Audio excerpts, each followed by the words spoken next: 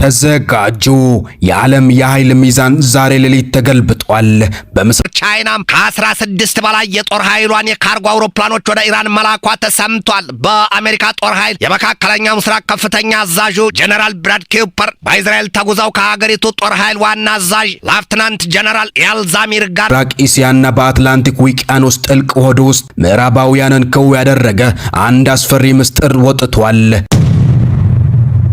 ኪም ጆንግ ኡን ጣታቸውን በኒኩለር መተኮሻ ላይ አሳርፈው በዝምታ አሜሪካን እያነጣጠሩባትም ነው። አሜሪካ ወደ አመድነት እለውጥሻለሁ ብላ ብትፎክርም የሰሜን ኮሪያ መሪ ግን ንግግሩን በኒኩለር ልናደርገው ወስነናል በሚል የምጽአት ዝምታ ውስጥ ናቸው። ይህ ዝምታ ነው እንግዲህ ዋሽንግተንን በድንጋጤ ምራቅ ያስዋጣት። በሌላ በኩል ቭላድሚር ፑቲን የዓለማችንን 97% ኢንተርኔት የሚቆጣጠረውን ቤልግሮድ የተባለውን የውቅያኖስ ጭራቅ አዘዋል። በአንድ ትዕዛዝ ብቻ ዓለምን ወደ ጨለማ ኢኮኖሚዋን ደግሞ ወደ ፍርስራሽነት የሚለውጥ ቁልፍ አሁን በሩሲያ እጅ ገብቷል። የኒውክለር አረርና የዲጂታል ጨለማ ዓለምን ከመጋረጣቸው በፊት ከእነዚህ ሁለት መሪዎች ጀርባ ያለውን ምስጢራዊ ሴራ ምንድነው? ዛሬ የኃያላኑን ሽኩቻና የምዕራባውያኑን ፍርሃት በዝርዝር እንመለከታለን። ይህ እውነትን ፈልቅቆ የሚያወጣው የዜና ብርሃን ቻናላችን ነው። አሁኑኑ ሰብስክራይብ በማድረግ ከምስጢሩ ዓለም ጋር ይተዋወቁ።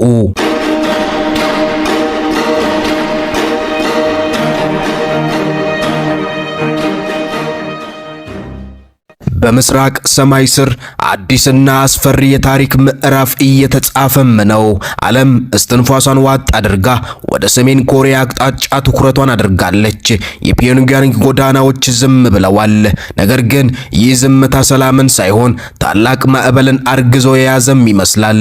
ኪም ጆንግ ኡን ለሳምንታት የኒውክለር ጦር መሳሪያዎችን ለመተኮስ መወሰናቸውን ሲገልጹ ቢቆዩም አሁን ግን ወደ አንድ ወጥና ወደማይነበብ ዝምታም ተሸጋግረዋል። ይህ ዝምታ ነው እንግዲህ ዋይት ሃውስንና የፔንታጎን ወታደራዊ ምሁራንን እንቅልፍ የነሳቸው። አሜሪካ በበኩሏ ይህንን የኪም ጆንግ ኡን ድርጊት የማይቀለበስ ስህተት በማለት እየገለጸችው ትገኛለች።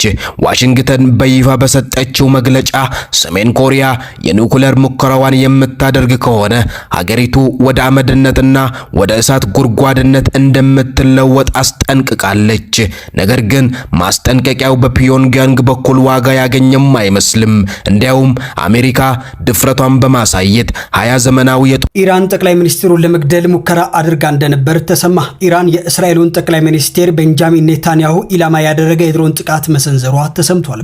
የጠቅላይ ሚኒስትሩ ቢሮና እንዲሁም ደግሞ የእስራኤል አየር ኃይል አዛዥ መኖሪያ ቤት በኢራን ድሮኖች ተደብድበዋል። ይህ ጥቃት ቀጥተኛ የሀገር መሪን የመግደል ሙከራ ተደርጎ ተወስዷል። ምንም እንኳን ኢራን የመሪዎቹ መኖሪያ በድሮን ብትመታ መሪዎቹ ግን እዛ እንዳልነበሩ ነገሩ እጅግ አደገኛ እየሆነ ነው። አሜሪካ እጅግ ኃይለኛ የተባለውን ቦምብ በኢራን ላይ ለመጣል እየተዘጋጀች ትገኛለች። የአሜሪካው ፕሬዝዳንት ዶናልድ ትራምፕ ዛሬ በሰጡት መግለጫ የአሜሪካ ጦር እስካሁን ድረስ 9 የኢራን የጦር መርከቦችን ማውደሙንና የቀሩትን የኢራን መርከቦች በመከታተል ላይ እንደሚገኝ አስታውቋል። የኢራን አብዮታዊ ዘበኛ በኩሉ 4 ባለስቲክ ሚሳይሎችን አብርሃም ሊንከን ተብሎ በሚጠራው በአሜሪካ የአውሮፕላን ተሸካሚ የጦር መርከብ ላይ በመተኮስ ጥቃት መሰንዘሯን አስታውቃለች። የአሜሪካ ሴንትራል ኮማንድ በበኩሉም የኢራን ሚሳይሎች አብርሃም ሊንከንን እንኳን ሊመቱም አጠገቡ አልደረሱም በማለት የኢራንን ጥቃት አስተባብሏል። በተጨማሪም ትራምፕ ኢራን በምድር ውስጥ በኮንክሪት ምሽግ የቀበረቻቸውን ሚሳኤሎች ለማውደም ቢቱስፕሪ የተባለውን ራዳሮች የማይበግሩት አደገኛውን የአሜሪካን ቦምብ ጣይ ጀት 2000 ፓውንድ የሚመዝን ቦምብ ይዞ ወደ ኢራን እየገሰገሰ እንደሚገኝ መረጃዎች ያሳያሉ። በጉዳዩ ላይ አዳዲስ መረጃዎችን እየተከታተልን የማደርሳቸው ይሆናል። የፕላስ ምልክቷን በመንካት ፎሎ ያድርጉ። የዛሬው ሶስተኛ ሰበር ዜናዬን ይዤላችሁ መጥቻለሁ። እንደ ሌሎቹ አሳዛኝ ሳይሆን አስቂኝ ነው። በዚህ ሰዓት አሜሪካና እስራኤል በቴህራን የሚገኙ በርካታ ቦታዎችን ጥቃት እየሰነዘሩ እንደሆነ ነግሬያችኋለሁ። ታዲያ የኢራኑ ቦስ አያቱላ አለ ብሎ የሚገምቱበት ቦታ ላይ በተለያዩ ቦታዎች ላይ ጥቃት እየሰነዘሩ ቢሆንም አንድ የኢራን ባለስልጣን ለሮይተርስ በነገረው መረጃ መሰረት የኢራኑ ጠቅላይ መሪ አያቱላህ በዚህ ሰዓት ቴህራን እንደሌሉና አስተማማኝ ቦታ ላይ ቁጭ ብለው እየተከታተሉ እንደሆነ ተናግረዋል። እንግዲህ በዚህ አጋጣሚ የእስራኤል መገናኛ ብዙሃኖች በዚህ ሰዓት እያወጡት ባለው መረጃ መሰረት የእስራኤልና የአሜሪካ ጥቃት ለ4 ቀን ተከታታይ እንደሚቀጥልና በርካታ የኢራን ባለስልጣናትን ታርጌት እንደሚያደርጉ እንግዲህ በዚህ ሰዓት መረጃ እያወጡ ይገኛሉ።